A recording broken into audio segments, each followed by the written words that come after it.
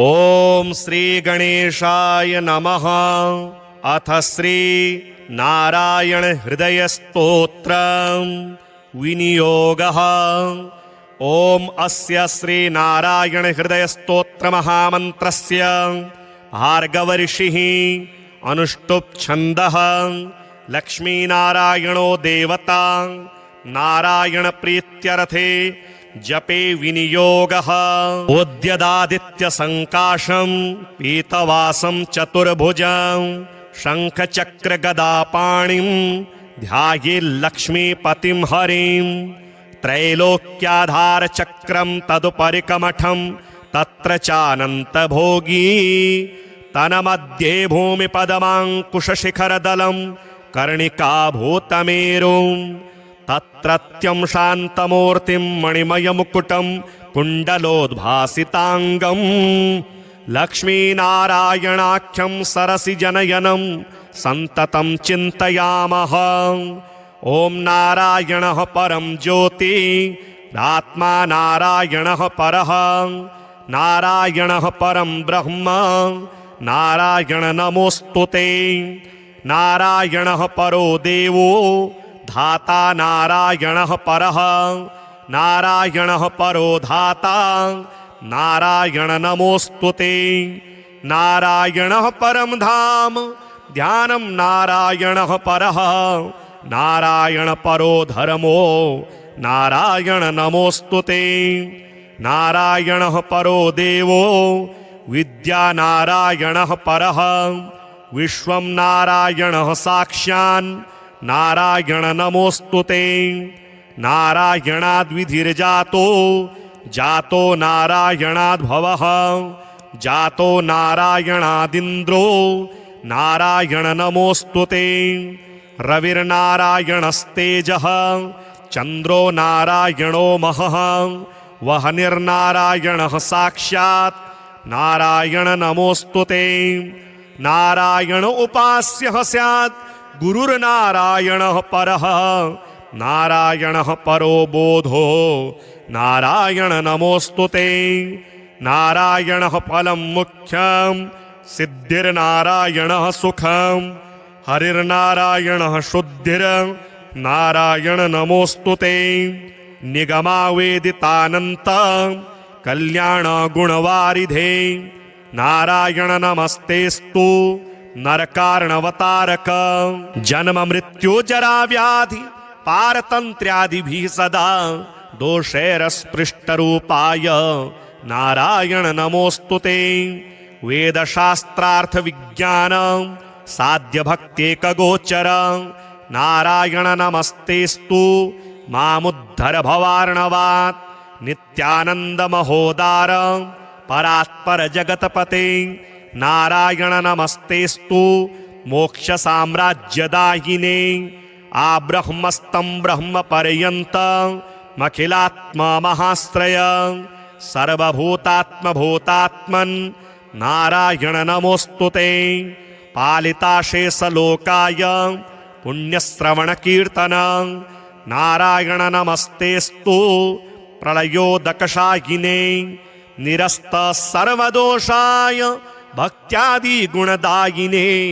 नारायण नमस्तेस्तु त्वां विना नहि मे गतिः।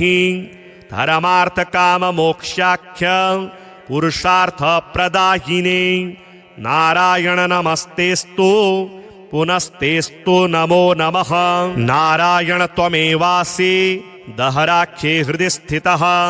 प्रेरिता प्रेर्यमाणानां त्वया प्रेरितमानसः। त्वदाज्ञां शिरसा कृत्वा भजामि जनपावनं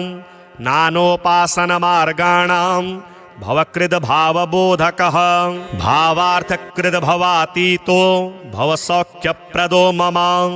त्वन्मायामोहितं विश्वं त्वयैव परिकल्पितं। त्वदधिष्ठानमात्रेण सा वै सर्वार्थकारिणी। त्वमेव तां पुरस्कृत्य मम कामान् समर्थय। न मे त्वदन्यस्त्रातास्ति त्वदन्यन्न हि दैवतं। त्वदन्यन्यं न हि जानामि पालकं पुण्यवर्धनं यावत् सांसारिको भावो मनस्थो भावनात्मकः तावत् सिद्धिर्भवेत् साध्या सर्वदा सर्वदा विभो पापिनामहमेकाग्रो दयालूनां त्वमग्रणीः दयनीयो मदन्योऽस्ति तव कोत्र जगत्त्रये त्वयाहं नैव सृष्टश्चेत् न स्यात् तव दयालुता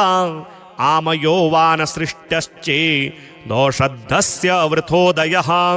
पापसङ्गपरिश्रान्तः पापात्मा पापरूपधृक् त्वदन्यः कोत्र पापेभ्यः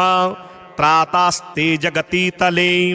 त्वमेव माता च पिता त्वमेव बन्धुश्च सखा त्वमेव विद्या द्रविणं त्वमेव सर्वं मम देव प्रार्थना दशकं चैव मूलाष्टकमतः परं यः पठेत् शृणुयात् नित्यं तस्य लक्ष्मीः स्थिरा भवेत् नारायणस्य हृदयं सर्वाभीष्टफलप्रदं लक्ष्मीहृदयकं स्तोत्रं यदि चेतद्विना कृतं तत्सर्वं निष्फलं प्रोक्तं लक्ष्मीः क्रुध्यति सर्वदा एतत् संकलितं स्तोत्रं सर्वाभीष्टफलप्रदं जपेत् संकलितं कृत्वा सर्वाभीष्टमवाप्नुयात् नारायणस्य हृदयम् आदौ जप्त्वा ततः परं लक्ष्मीहृदयकं स्तोत्रं जपेन्नारायणं पुनर्नारायणं जप्त्वा पुनर्लक्ष्मीनुतिं जपेत् तदवद्धोमादिकं कुर्यादेतत् संकलितं शुभम् एवं मध्ये द्विवारेण जपेत् संकलितं शुभम् लक्ष्मीहृदयके स्तोत्रे सर्वमन्यत् प्रकाशितं सर्वान् कामान् वाप्नोति आधिव्याधिभयं हरेत् गोप्यमेतत् सदा कुर्यात् न सर्वत्र प्रकाशयेत् इति गुह्यतमं शास्त्रं प्रोक्तं ब्रह्मादिभिः पुरा लक्ष्मीहृदय प्रोक्तेन विधिना साधयेत् सुधीः तस्मात् सर्वप्रयत्नेन साधयेत् गोपयेत् सुधीः यत्रैतत् पुस्तकं तिष्ठेत् लक्ष्मीनारायणात्मकं भूतपैशाच वेताल भयं नैव तु सर्वदा भृगुवारे तथा रात्रौ पूजयेत् पुस्तकद्वयं सर्वदा स्तुत्यं गोपयेत् साधयेत् सुधीः गोपनात् साधनाल्लोके धन्यो भवति तत्त्वतः उद्यदादित्यसङ्काशं पीतवासं चतुर्भुजं शङ्खचक्रगदापाणिं ध्यायेल्लक्ष्मीपतिं हरिं त्रैलोक्याधारचक्रं तदुपरिकमठं तत्र चानन्तभोगी तन्मध्ये भूमिपदमाङ्कुशशिखरदलं कर्णिकाभूतमेरुं तत्रत्यं शान्तमूर्तिं मणिमयमुकुटं कुण्डलोद्भासिताङ्गं लक्ष्मीनारायणाख्यं सरसिजनयनं सन्ततं चिन्तयामः ॐ नारायणः परं ज्योतिरात्मा नारायणः परः नारायणः परं ब्रह्म नारायण नमोऽस्तुते नारायणः परो देवो धाता नारायणः परः नारायणः परो धाता नारायण नमोऽस्तुते नारायणः परं धाम ध्यानं नारायणः परः नारायण परो धर्मो नारायण नमोऽस्तुते नारायणः परो देवो विद्या नारायणः परः विश्वं नारायणः साक्षान् नारायण नमोऽस्तुते नारायणाद्विधिर्जातो जातो नारायणाद्भवः जातो नारायणादिन्द्रो नारायण नमोऽस्तुते रविर्नारायणस्तेजः चन्द्रो नारायणो महः वह्निर्नारायणः साक्षात् नारायण नमोऽस्तुते नारायण उपास्यः स्यात् गुरुर्नारायणः परः नारायणः परो बोधो नारायण नमोऽस्तुते नारायणः फलं मुख्यं सिद्धिर्नारायणः सुखं हरिर्नारायणः शुद्धिर्नारायण नमोऽस्तु ते निगमावेदितानन्त कल्याणगुणवारिधे नारायण नमस्तेस्तु नरकार्णवतारक जन्म मृत्यु जरा व्याधि पारतन्त्र्यादिभिः सदा दोषैरस्पृष्टरूपाय नारायण नमोऽस्तु ते वेदशास्त्रार्थ विज्ञान साध्य भक्त्येकगोचर नारायण नमस्तेस्तु मामुद्धर भवार्णवात् नित्यानंद महोदार परात्पर जगतपते नारायण नमस्तेस्तु मोक्ष साम्राज्यदायिने आब्रह्मस्तं ब्रह्म पर्यन्तमखिलात्मा महाश्रय सर्वभूतात्मभूतात्मन् नारायण नमोऽस्तु ते पालिताशेषलोकाय पुण्यश्रवणकीर्तन नारायण नमस्तेस्तु प्रलयोदकशायिने निरस्त सर्वदोषाय भक्त्यादि गुणदायिने नारायण नमस्तेस्तु त्वां विना नहि मे गतिः धर्मार्थ काम मोक्षाख्य पुरुषार्थ प्रदायिने नारायण नमस्तेस्तु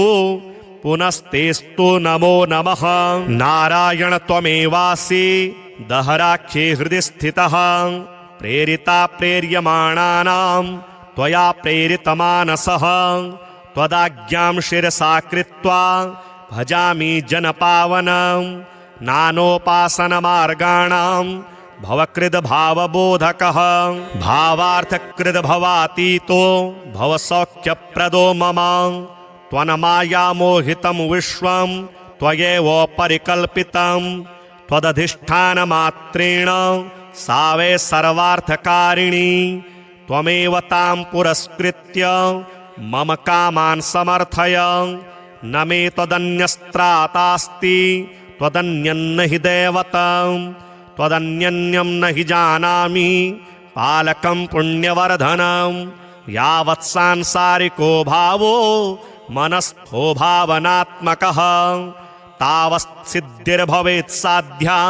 सर्वदा सर्वदा विभो पापिनामहमेकाग्रो दयालूनां त्वमग्रणीः दयनीयो मदन्योऽस्ति तव कोत्र जगत्त्रये त्वयाहं नैव सृष्टश्चेत् न स्यात् तव दयालुता आमयो वा न सृष्टश्चेत् दोषद्धस्य वृथोदयः पापसङ्गपरिश्रान्तः पापात्मा पापरूपधृक् त्वदन्यः कोत्र पापेभ्यः त्रातास्ते जगतीतले त्वमेव माता च पिता त्वमेव त्वमेव बन्धुश्च सखा त्वमेव त्वमेव विद्या द्रविणं त्वमेव त्वमेव सर्वं मम देव देव प्रार्थना दशकं चैव मूलाष्टकमतः परं यः पठेत् शृणुयात् नित्यं तस्य लक्ष्मीः स्थिरा भवेत् नारायणस्य हृदयं सर्वाभीष्टफलप्रदं लक्ष्मीहृदयकं स्तोत्रं यदि चेतद्विना कृतं तत्सर्वं निष्फलं प्रोक्तं लक्ष्मीः क्रुध्यति सर्वदा एतत् संकलितं स्तोत्रं सर्वाभीष्टफलप्रदं जपेत् संकलितं कृत्वा सर्वाभीष्टमवाप्नुयात् नारायणस्य हृदयम् आदौ जप्त्वा ततः परं लक्ष्मीहृदयकं स्तोत्रं जपेन्नारायणं पुनः पुनर्नारायणं जप्त्वा पुनर्लक्ष्मीनुतिं जपेत् तदवद्धोमादिकं कुर्यादेतत् संकलितं शुभम् एवं मध्ये द्विवारेण जपेत् संकलितं शुभं लक्ष्मीहृदयके स्तोत्रे सर्वमन्यत् प्रकाशितं सर्वान् कामान् वाप्नोति आधिव्याधिभयं हरेत् गोप्यमेतत् सदा कुर्यात् न सर्वत्र प्रकाशयेत् इति गुह्यतमं शास्त्रं प्रोक्तं ब्रह्मादिभिः पुरा लक्ष्मीहृदय प्रोक्तेन विधिना साधयेत् सुधेः तस्मात् सर्वप्रयत्नेन साधयेत् गोपयेत् सुधीः यत्रैतत्पुस्तकं तिष्ठेत् लक्ष्मीनारायणात्मकं भूतपैशाच वेताल भयं नैव तु सर्वदा भृगुवारे तथा रात्रौ पूजयेत् पुस्तकद्वयं सर्वदा सर्वदा स्तुत्यं गोपयेत् साधयेत् सुधीः गोपनात् साधनाल्लोके धन्यो भवति तत्त्वतः उद्यदादित्यसङ्काशं पीतवासं चतुर्भुजं शङ्खचक्रगदापाणिं ध्यायेल्लक्ष्मीपतिं हरिं त्रैलोक्याधारचक्रं तदुपरिकमठं तत्र चानन्तभोगी तन्मध्ये भूमिपदमाङ्कुशशिखरदलं कर्णिकाभूतमेरुं तत्रत्यं शान्तमूर्तिं मणिमयमुकुटं कुण्डलोद्भासिताङ्गं लक्ष्मीनारायणाख्यं सरसिजनयनं सन्ततं चिन्तयामः ॐ नारायणः परं ज्योति आत्मा नारायणः परः नारायणः परं ब्रह्म नारायण नमोस्तुते नारायणः परो देवो धाता नारायणः परः नारायणः परो धाता नारायण नमोस्तुते नारायणः परं धाम ध्यानं नारायणः परः नारायण परो धर्मो नारायण नमोस्तुते नारायणः परो देवो विद्या नारायणः परः विश्वं नारायणः साक्षान् नारायण नमोस्तुते नारायणाद्विधिर्जातो जातो नारायणाद्भवः जातो नारायणादिन्द्रो नारायण नमोस्तुते रविर्नारायणस्तेजः चन्द्रो नारायणो महः वह्निर्नारायणः साक्षात् नारायण नमोस्तुते नारायण उपास्यः स्यात् गुरुर्नारायणः परः नारायणः परो बोधो नारायण नमोस्तुते नारायणः फलं मुख्यं सिद्धिर्नारायणः सुखं हरिर्नारायणः शुद्धिर् नारायण नमोस्तुते निगमावेदितानन्त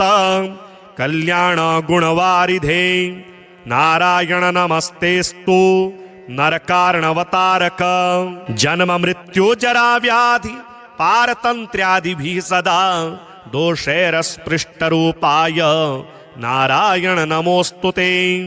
वेदशास्त्रार्थ विज्ञान साध्य भक्त्येकगोचर नारायण नमस्तेस्तु मामुद्धर भवार्णवात् नित्यानंद महोदार परात्पर जगतपते नारायण नमस्तेस्तु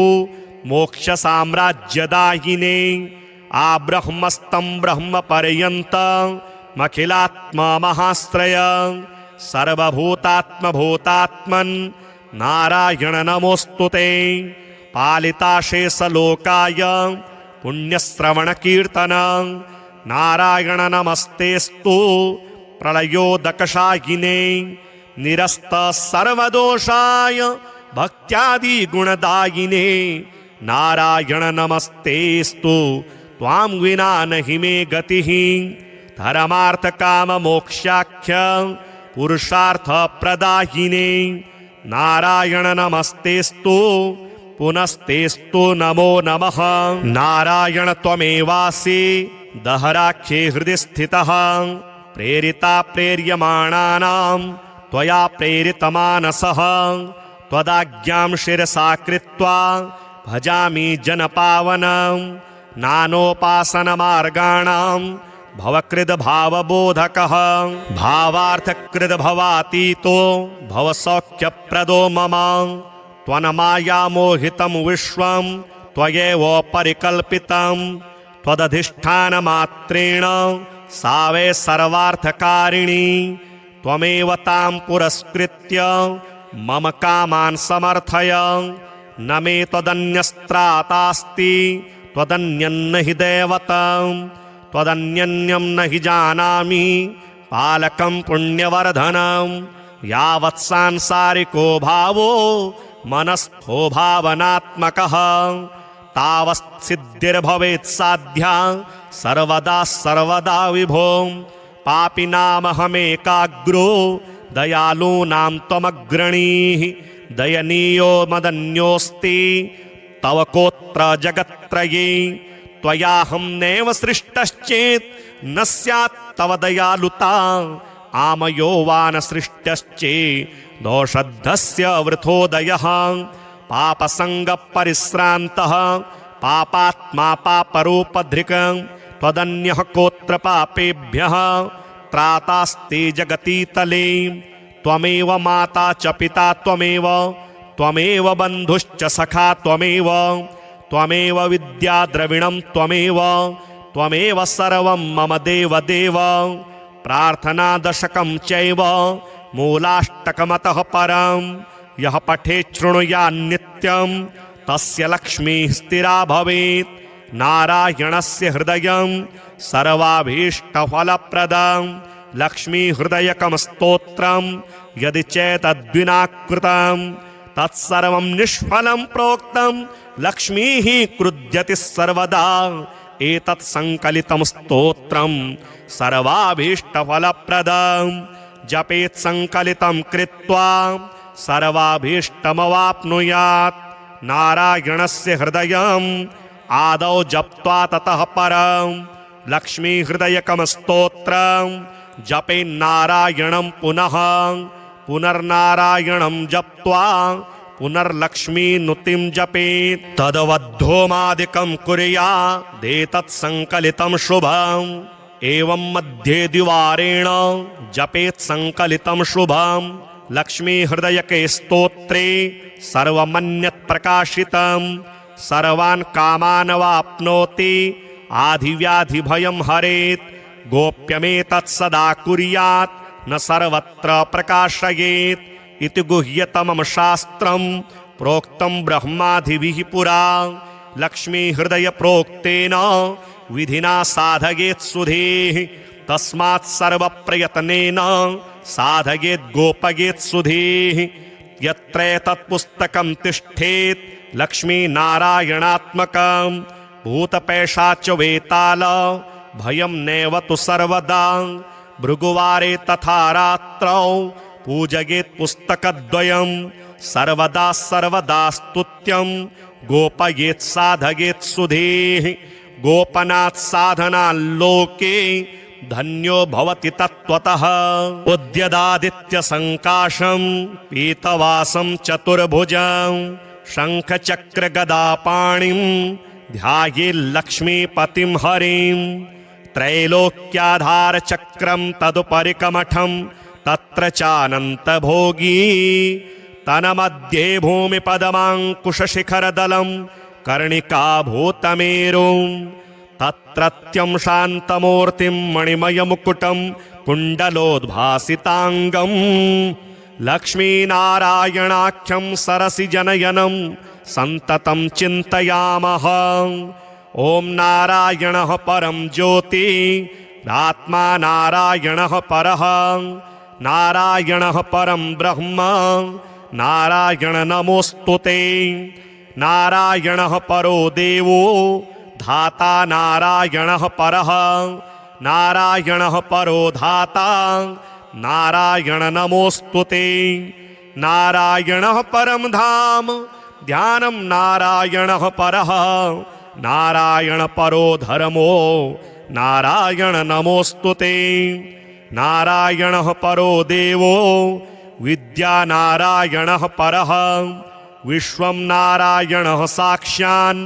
नारायण नमोस्तुते नारायणाद्विधिर्जातो जातो नारायणाद्भवः जातो नारायणादिन्द्रो नारायण नमोस्तुते रविर्नारायणस्तेजः चन्द्रो नारायणो महः वह्निर्नारायणः साक्षात् नारायण नमोस्तुते नारायण उपास्यः स्यात् गुरुर्नारायणः परः नारायणः परो बोधो नारायण नमोस्तुते नारायणः फलं मुख्यं सिद्धिर्नारायणः सुखं हरिर्नारायणः शुद्धिर्नारायण नमोऽस्तु ते निगमावेदितानन्त कल्याण गुणवारिधे नारायण नमस्तेस्तु नरकार्णवतारक जन्म मृत्यु जरा व्याधि पारतन्त्र्यादिभिः सदा दोषैरस्पृष्टरूपाय नारायण नमोऽस्तु ते वेदशास्त्रार्थ विज्ञान साध्य भक्त्येकगोचर नारायण नमस्तेस्तु मामुद्धर भवार्णवात् नित्यानंद महोदार परात्पर जगतपते नारायण नमस्तेस्तु मोक्ष साम्राज्यदायिने आब्रह्मस्तं ब्रह्म पर्यंत मखिलात्मा महाश्रय सर्वभूतात्म भूतात्मन् नारायण नमोऽस्तु ते पालिताशेषलोकाय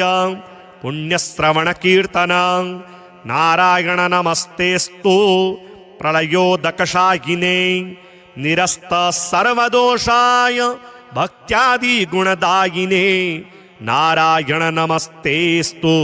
त्वां विना नहि मे गतिः धर्मार्थ काम मोक्षाख्य पुरुषार्थ प्रदायिने नारायण नमस्तेस्तु पुनस्तेस्तु नमो नमः नारायण त्वमेवासि दहराख्ये हृदि स्थितः प्रेरिता प्रेर्यमाणानां त्वया प्रेरितमानसः त्वदाज्ञां शिरसा कृत्वा भजामि जनपावनं नानोपासनमार्गाणां भवकृद् भावबोधकः भावार्थकृद् भवातीतो भवसौख्यप्रदो मम त्वन्मायामोहितं विश्वं त्वयैव परिकल्पितं त्वदधिष्ठानमात्रेण सा वै सर्वार्थकारिणी त्वमेव तां पुरस्कृत्य मम कामान् समर्थय न मे त्वदन्यस्त्रातास्ति त्वदन्यन्न हि दैवतं त्वदन्यन्यं न हि जानामि पालकं पुण्यवर्धनं यावत् सांसारिको भावो मनस्थो भावनात्मकः तावत् सिद्धिर्भवेत् साध्या सर्वदा सर्वदा विभो पापिनामहमेकाग्रो दयालूनां त्वमग्रणीः दयनीयो मदन्योऽस्ति तव कोत्र जगत्त्रये त्वयाहं नैव सृष्टश्चेत् न स्यात् तव दयालुता आमयो वा न सृष्टश्चेत् दोषद्धस्य वृथोदयः पापसङ्गपरिश्रान्तः पापात्मा पापरूपधृक् त्वदन्यः कोत्र पापेभ्यः त्रातास्ते जगतीतले त्वमेव माता च पिता त्वमेव बन्धुश्च सखा त्वमेव विद्या द्रविणं त्वमेव सर्वं मम देव प्रार्थना दशकं चैव मूलाष्टकमतः परं यः पठेत् शृणुयान्नित्यं तस्य लक्ष्मीः स्थिरा भवेत् नारायणस्य हृदयं सर्वाभीष्टफलप्रदं लक्ष्मीहृदयकं स्तोत्रं यदि चेतद्विना कृतं तत्सर्वं निष्फलं प्रोक्तं लक्ष्मीः क्रुध्यति सर्वदा एतत् संकलितं स्तोत्रं सर्वाभीष्टफलप्रदं जपेत् संकलितं कृत्वा सर्वाभीष्टमवाप्नुयात् नारायणस्य हृदयम् आदौ जप्त्वा ततः परं लक्ष्मीहृदयकं स्तोत्रं जपेन्नारायणं पुनर्नारायणं जप्त्वा पुनर्लक्ष्मीनुतिं जपेत् तदवद्धोमादिकं कुर्यादेतत् संकलितं शुभम् एवं मध्ये द्विवारेण जपेत् संकलितं शुभम् लक्ष्मीहृदयके स्तोत्रे सर्वमन्यत् प्रकाशितं सर्वान् कामान् वाप्नोति आधिव्याधिभयं हरेत् गोप्यमेतत् सदा कुर्यात् न सर्वत्र प्रकाशयेत् इति गुह्यतमं शास्त्रं प्रोक्तं ब्रह्मादिभिः पुरा लक्ष्मीहृदय प्रोक्तेन विधिना साधयेत् सुधीः तस्मात् सर्वप्रयत्नेन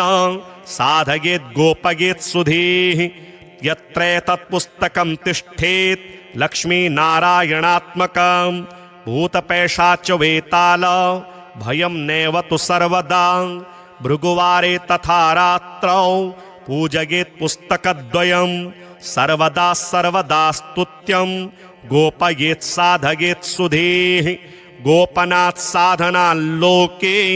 धन्यो भवति तत्त्वतः उद्यदादित्यसङ्काशं पीतवासं चतुर्भुजं शङ्खचक्रगदापाणिं ध्यायेल्लक्ष्मीपतिं हरिं त्रैलोक्याधारचक्रं तदुपरिकमठं तत्र चानन्तभोगी तन्मध्ये भूमिपदमाङ्कुशशिखरदलं कर्णिकाभूतमेरुं तत्रत्यं शान्तमूर्तिं मणिमयमुकुटं कुण्डलोद्भासिताङ्गं लक्ष्मीनारायणाख्यं सरसिजनयनं सन्ततं चिन्तयामः। ॐ नारायणः परं ज्योतिरात्मा नारायणः परः नारायणः परं ब्रह्म नारायण नमोऽस्तुते नारायणः परो देवो धाता नारायणः परः नारायणः परो धाता नारायण नमोऽस्तुते नारायणः परं धाम ध्यानं नारायणः परः नारायण परो धर्मो नारायण नमोऽस्तुते नारायणः परो देवो विद्या नारायणः परः विश्वं नारायणः साक्षान् नारायण नमोऽस्तुते नारायणाद्विधिर्जातो जातो नारायणाद्भवः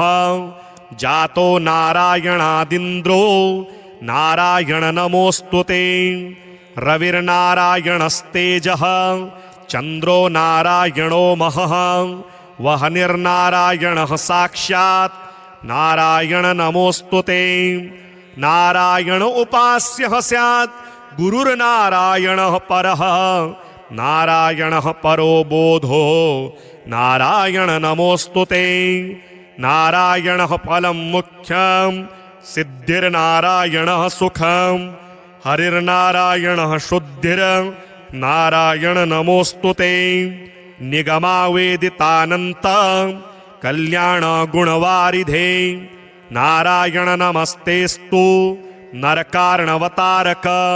जन्म मृत्यु जरा व्याधि पारतन्त्र्यादिभिः सदा दोषैरस्पृष्टरूपाय नारायण नमोऽस्तुते वेदशास्त्रार्थ विज्ञान साध्यभक्त्येकगोचर नारायण नमस्तेस्तु मामुद्धर भवार्णवात् नित्यानन्दमहोदार परात्पर जगतपते नारायण नमस्तेस्तु मोक्षसाम्राज्यदायिने आब्रह्मस्तं ब्रह्मपर्यन्तमखिलात्मा महाश्रय सर्वभूतात्मभूतात्मन् नारायण नमोऽस्तुते पालिताशेषलोकाय पुण्यश्रवणकीर्तन नारायण नमस्तेस्तु प्रलयोदकशायिने निरस्त सर्वदोषाय भक्त्यादिगुणदायिने नारायण नमस्तेस्तु त्वां विना नहि मे गतिः धर्मार्थकाममोक्षाख्य पुरुषार्थप्रदायिने नारायण नमस्तेस्तु पुनस्तेस्तु नमो नमः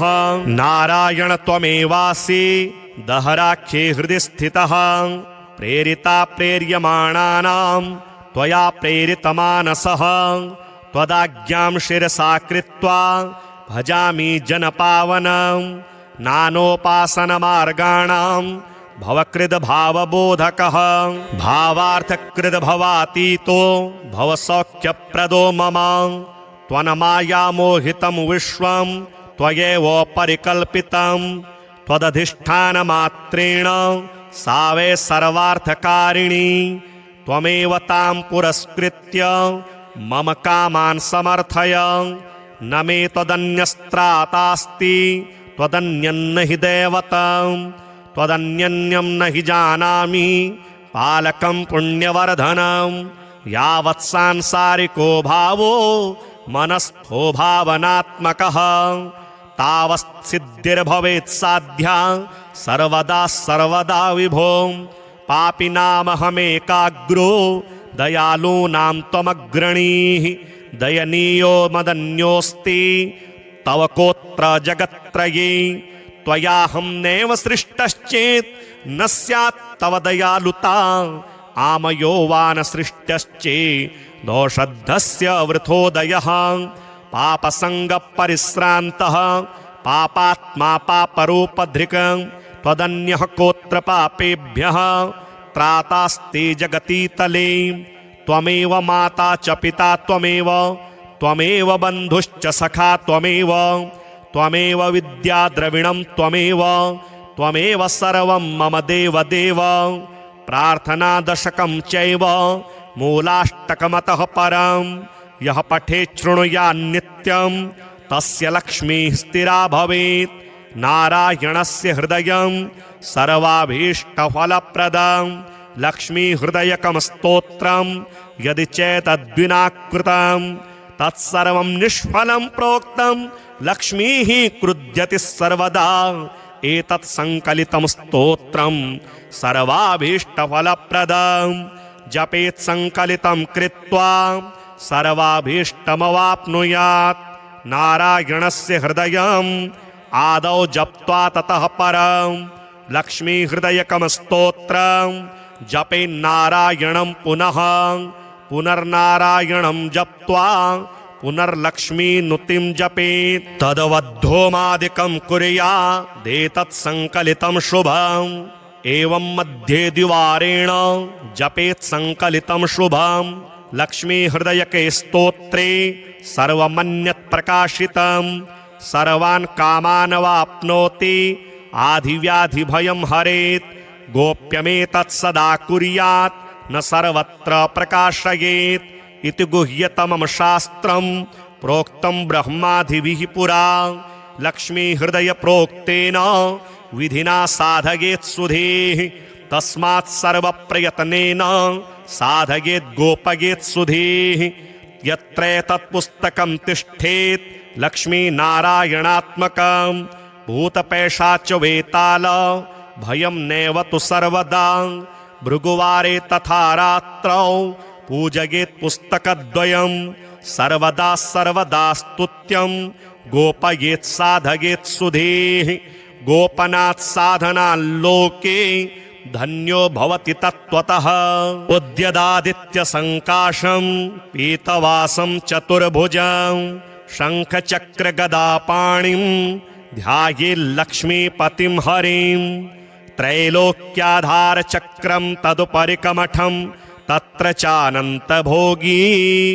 तन्मध्ये भूमिपदमाङ्कुशशिखरदलं कर्णिकाभूतमेरुं तत्रत्यं शान्तमूर्तिं मणिमयमुकुटं कुण्डलोद्भासिताङ्गं लक्ष्मीनारायणाख्यं सरसिजनयनं सन्ततं चिन्तयामः ॐ नारायणः परं ज्योति आत्मा नारायणः परः नारायणः परं ब्रह्म नारायण नमोस्तुते नारायणः परो देवो धाता नारायणः परः नारायणः परो धाता नारायण नमोस्तुते नारायणः परं धाम ध्यानं नारायणः परः नारायण परो धर्मो नारायण नमोस्तुते नारायणः परो देवो विद्या नारायणः परः विश्वं नारायणः साक्षान् नारायण नमोस्तुते नारायणाद्विधिर्जातो जातो नारायणाद्भवः जातो नारायणादिन्द्रो नारायण नमोस्तुते रविर्नारायणस्तेजः चन्द्रो नारायणो महः वह्निर्नारायणः साक्षात् नारायण नमोस्तुते नारायण उपास्यः स्यात् गुरुर्नारायणः परः नारायणः परो बोधो नारायण नमोस्तुते नारायणः फलं मुख्यं सिद्धिर्नारायणः सुखं हरिर्नारायणः शुद्धिर्नारायण नमोऽस्तु ते निगमावेदितानन्त कल्याणगुणवारिधे नारायण नमस्तेस्तु नरकारणवतारक जन्म मृत्यु जरा व्याधि पारतन्त्र्यादिभिः सदा दोषैरस्पृष्टरूपाय नारायण नमोऽस्तु ते वेदशास्त्रार्थ विज्ञान साध्य भक्त्येकगोचर नारायण नमस्तेस्तु मामुद्धर भवार्णवात् नित्यानंद महोदार परात्पर जगतपते नारायण नमस्तेस्तु मोक्ष साम्राज्यदायिने आब्रह्मस्तं ब्रह्म पर्यन्त मखिलात्मा महाश्रय सर्वभूतात्म भूतात्मन् नारायण नमोऽस्तु ते पालिताशेषलोकाय पुण्यश्रवण कीर्तन नारायण नमस्तेस्तु प्रलयोदकशायिने निरस्त सर्वदोषाय भक्त्यादि गुणदायिने नारायण नमस्तेस्तु त्वां विना नहि मे गतिः धर्मार्थ काम मोक्षाख्य पुरुषार्थ प्रदायिने नारायण नमस्तेस्तु पुनस्तेस्तु नमो नमः नारायण त्वमेवासि दहराख्ये हृदि स्थितः प्रेरिता प्रेर्यमाणानां त्वया प्रेरितमानसः त्वदाज्ञां शिरसा कृत्वा भजामि जनपावनं नानोपासनमार्गाणां भवकृद्भावबोधकः भावार्थकृद्भवातीतो भवसौख्यप्रदो मम त्वन्मायामोहितं विश्वं त्वयैव परिकल्पितं त्वदधिष्ठानमात्रेण सा वै सर्वार्थकारिणी त्वमेव तां पुरस्कृत्य मम कामान् समर्थय न मे त्वदन्यस्त्रातास्ति त्वदन्यन्न हि दैवतं त्वदन्यन्यं न हि जानामि पालकं पुण्यवर्धनं यावत् सांसारिको भावो मनस्थो भावनात्मकः तावत् सिद्धिर्भवेत् साध्या सर्वदा सर्वदा विभो पापिनामहमेकाग्रो दयालूनां त्वमग्रणीः दयनीयो मदन्योऽस्ति तव कोत्र जगत्त्रये त्वयाहं नैव सृष्टश्चेत् न स्यात् तव दयालुता आमयो वा न सृष्टश्चेत् दोषद्धस्य वृथोदयः पापसङ्गपरिश्रान्तः पापात्मा पापरूपधृक् त्वदन्यः कोत्र पापेभ्यः त्रातास्ते जगतीतले त्वमेव माता च पिता त्वमेव त्वमेव बन्धुश्च सखा त्वमेव त्वमेव विद्या द्रविणं त्वमेव त्वमेव सर्वं मम देव देव प्रार्थना दशकं चैव मूलाष्टकमतः परं यः पठेत् शृणुयात् नित्यं तस्य लक्ष्मीः स्थिरा भवेत् नारायणस्य हृदयं सर्वाभीष्टफलप्रदं लक्ष्मीहृदयकं स्तोत्रं यदि चेतद्विना कृतं तत्सर्वं निष्फलं प्रोक्तं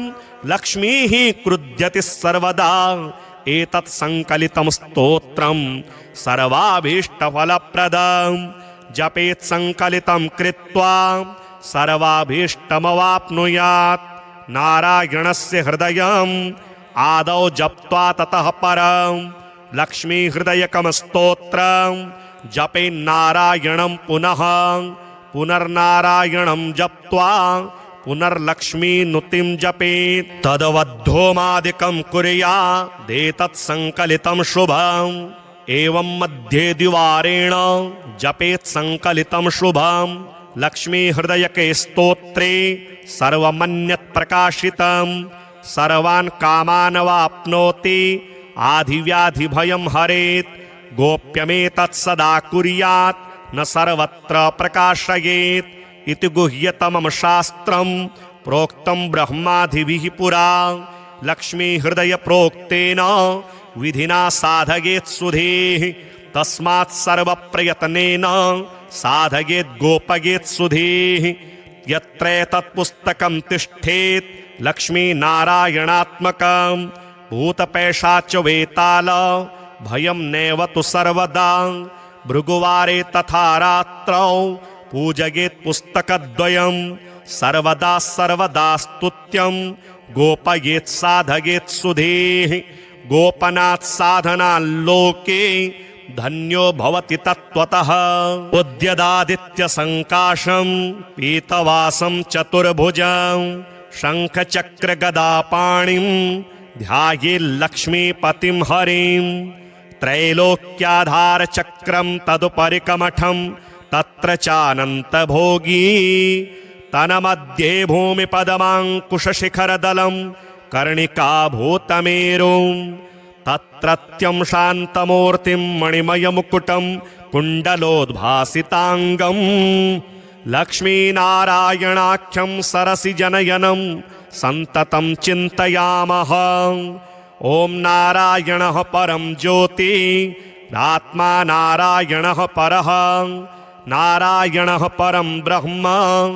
नारायण नमोस्तुते नारायणः परो देवो धाता नारायणः परः नारायणः परो धाता नारायण नमोस्तुते नारायणः परं धाम ध्यानं नारायणः परः नारायण परो धर्मो नारायण नमोस्तुते नारायणः परो देवो विद्या नारायणः परः विश्वं नारायणः साक्षान् नारायण नमोस्तुते नारायणाद्विधिर्जातो जातो नारायणाद्भवः जातो नारायणादिन्द्रो नारायण नमोस्तुते रविर्नारायणस्तेजः चन्द्रो नारायणो महः वह्निर्नारायणः साक्षात् नारायण नमोस्तुते नारायण उपास्यः स्यात् गुरुर्नारायणः परः नारायणः परो बोधो नारायण नमोस्तुते नारायणः फलं मुख्यं सिद्धिर्नारायणः सुखं हरिर्नारायणः शुद्धिर् नारायण नमोस्तुते निगमावेदितानन्त कल्याण गुणवारिधे नारायण नमस्तेस्तु नरकार्णवतारक जन्म मृत्यु जरा व्याधि पारतन्त्र्यादिभिः सदा दोषैरस्पृष्टरूपाय नारायण नमोस्तुते वेदशास्त्रार्थ विज्ञान साध्य भक्त्येकगोचर नारायण नमस्तेस्तु मामुद्धर भवार्णवात् नित्यानंद महोदार परात्पर जगतपते नारायण नमस्तेस्तु मोक्ष साम्राज्यदायिने आब्रह्मस्तं ब्रह्म पर्यन्त मखिलात्मा महाश्रय सर्वभूतात्म भूतात्मन् नारायण नमोस्तुते पालिताशेषलोकाय पुण्यश्रवण कीर्तन नारायण नमस्तेस्तु प्रलयोदकशायिने निरस्त सर्वदोषाय भक्त्यादि गुणदायिने नारायण नमस्तेस्तु त्वां विना नहि मे गतिः धर्मार्थ काम मोक्षाख्य पुरुषार्थ प्रदायिने नारायण नमस्तेस्तु पुनस्तेस्तु नमो नमः नारायण त्वमेवासि दहराख्ये हृदि स्थितः प्रेरिता प्रेर्यमाणानां त्वया प्रेरितमानसः त्वदाज्ञां शिरसा कृत्वा भजामि जनपावनं नानोपासनमार्गाणां भवकृद्भावबोधकः भावार्थकृद्भवातीतो भवसौख्यप्रदो मम त्वन्मायामोहितं विश्वं त्वयैव परिकल्पितं त्वदधिष्ठानमात्रेण सा वै सर्वार्थकारिणी त्वमेव तां पुरस्कृत्य मम कामान् समर्थय न मे त्वदन्यस्त्रातास्ति त्वदन्यन्न हि दैवतं त्वदन्यन्यं न हि जानामि पालकं पुण्यवर्धनं यावत् सांसारिको भावो मनस्थो भावनात्मकः तावत् सिद्धिर्भवेत् साध्या सर्वदा सर्वदा विभो पापिनामहमेकाग्रो दयालूनां त्वमग्रणीः दयनीयो मदन्योऽस्ति तव कोत्र जगत्त्रये त्वयाहं नैव सृष्टश्चेत् न स्यात् तव दयालुता आमयो वा न सृष्टश्चेत् दोषद्धस्य वृथोदयः पापसङ्गपरिश्रान्तः पापात्मा पापरूपधृक् त्वदन्यः कोत्र पापेभ्यः त्रातास्ते जगतीतले त्वमेव माता च पिता त्वमेव बन्धुश्च सखा त्वमेव विद्या द्रविणं त्वमेव सर्वं मम देव प्रार्थना दशकं चैव मूलाष्टकमतः परं यः पठेत् शृणुयात् नित्यं तस्य लक्ष्मीः स्थिरा भवेत् नारायणस्य हृदयं सर्वाभीष्टफलप्रदं लक्ष्मीहृदयकं स्तोत्रं यदि चेतद्विना कृतं तत्सर्वं निष्फलं प्रोक्तं लक्ष्मीः क्रुध्यति सर्वदा एतत् संकलितं स्तोत्रं सर्वाभीष्टफलप्रदं जपेत् संकलितं कृत्वा सर्वाभीष्टमवाप्नुयात् नारायणस्य हृदयम् आदौ जप्त्वा ततः परं लक्ष्मीहृदयकं स्तोत्रं जपेन्नारायणं पुनर्नारायणं जप्त्वा पुनर्लक्ष्मीनुतिं जपेत् तदवद्धोमादिकं कुर्यादेतत् संकलितं शुभम् एवं मध्ये द्विवारेण जपेत् संकलितं शुभम् लक्ष्मीहृदयके स्तोत्रे सर्वमन्यत् प्रकाशितं सर्वान् कामान् वाप्नोति आधिव्याधिभयं हरेत् गोप्यमेतत् सदा कुर्यात् न सर्वत्र प्रकाशयेत् इति गुह्यतमं शास्त्रं प्रोक्तं ब्रह्मादिभिः पुरा लक्ष्मीहृदय प्रोक्तेन विधिना साधयेत् सुधीः तस्मात् सर्वप्रयत्नेन साधयेत् गोपयेत् सुधीः यत्रैतत् पुस्तकं तिष्ठेत् लक्ष्मीनारायणात्मकं भूतपैशाच वेताल भयं नैव तु सर्वदा भृगुवारे तथा रात्रौ पूजयेत् पुस्तकद्वयं सर्वदा स्तुत्यं गोपयेत् साधयेत् सुधीः गोपनात् साधनाल्लोके धन्यो भवति तत्त्वतः।